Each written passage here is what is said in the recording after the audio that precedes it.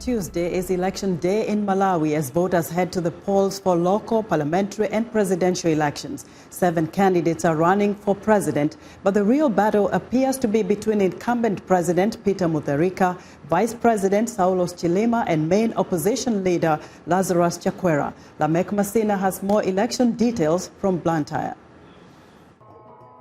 Candidates are crisscrossing the country to woo voters in what many say is Malawi's most highly contested elections since the start of multi-party politics in 1993. The opposition Malawi Congress Party is determined to return to power after 25 years in opposition.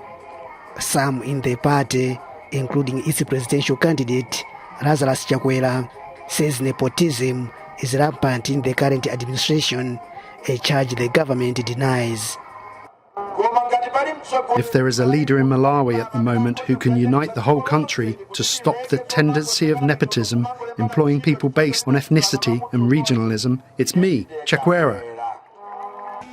The vice president, who leads the United Transformation Movement, or UTM party, says corruption forced him to break away from the ruling party.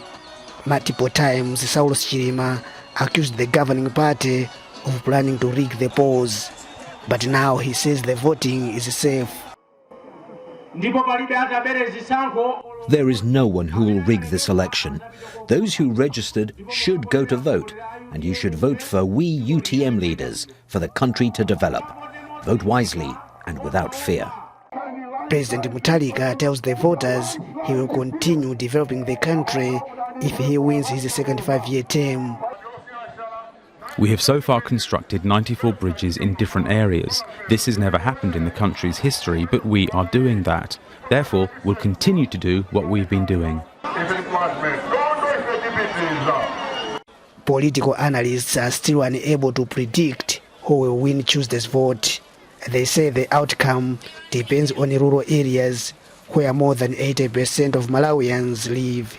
You can see even the numbers who registered.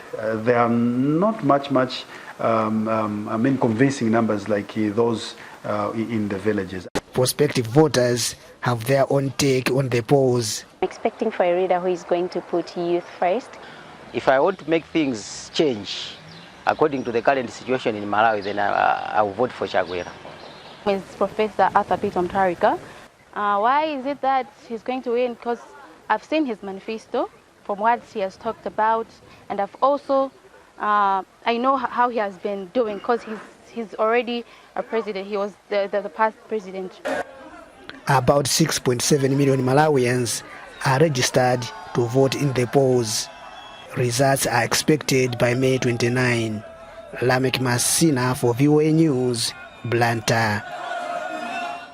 Belief in witchcraft is widespread across Malawi, fueling ritual killings, particularly targeting people with albinism because of the belief that their body parts can increase wealth.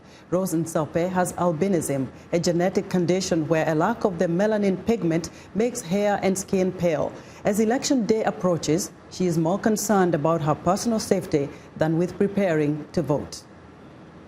As we are getting very closer to the elections, it's a very bad time because it's the time when we are very much living in fear because we don't know what will happen in the next day because it's very unpredictable that who can be killed and who can kill you. So it's obvious that every day you are living in fear.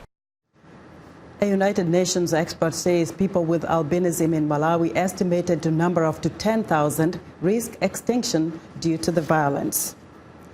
Now, for more insight into Malawi's election issues, I'm joined by Zeenat Karim, former diplomat with Malawi Permanent Mission to the United Nations. Zeenat, welcome to Africa 54. Thank you for having me. First of all, your reaction to the harassment that the people with albinism face in Malawi. You just saw this lady talking about it. It's a very precarious situation, really, because where you have people that are just being killed on the basis of the color of their skin, if I may use that term, and people don't know where to run to seek safety, because even relatives, it has been reported, and are getting these their relatives with albinism and selling them to get the money, and it's because of the poverty. But there has been a lot of people who are, whistleblowers, raising concerns about this issue. What has happened to those people? What is going on? That is the concern also, because they have lost their lives. Several whistleblowers have lost their lives in police custody, which also maybe implicates the police. How is it that these people are dying in their hands? They should be, the police is supposed to be, police station is a place where maybe we'd be most protected. But 2 or 3 whistleblowers in the past year have, lost their lives in dubious situations, and then nothing has led to any, anything, any questioning or any further arrest as to why did these people die. Now, looking at the statistics, I find that there are no women candidates for this presidential election, but there are more women who have registered to vote. And I'm just wondering, is this a pointer to a willingness for more women to participate in politics rather than just running for the presidency? Are there more women participating in politics in Malawi? I'm glad you asked that question. Women, historically, have been the ones who turn out in large numbers to vote. In 1993, it was the women's vote that got the yes, we want to have a multi-party dispensation. It was the women's vote that got the UDF into power in 1994. So women turn out in large numbers, more so than the men. But coming to the question of the presidential candidates and their running mates, it is a big and major disappointment to all women in Malawi that there isn't any woman in the top tier of the election, the tripartite election. But if you look at the parliamentary elections, the polls, you've got 300 women, but then you've got 800 men. Why is the discrepancy? Why the discrepancy is so huge?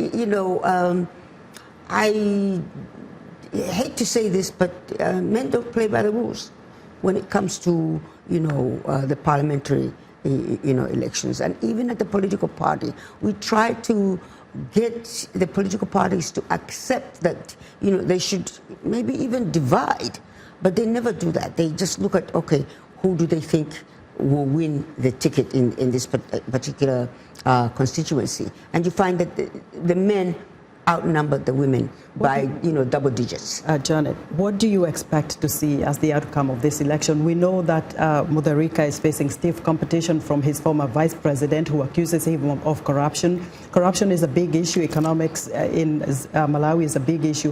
What do Malawians expect to see change?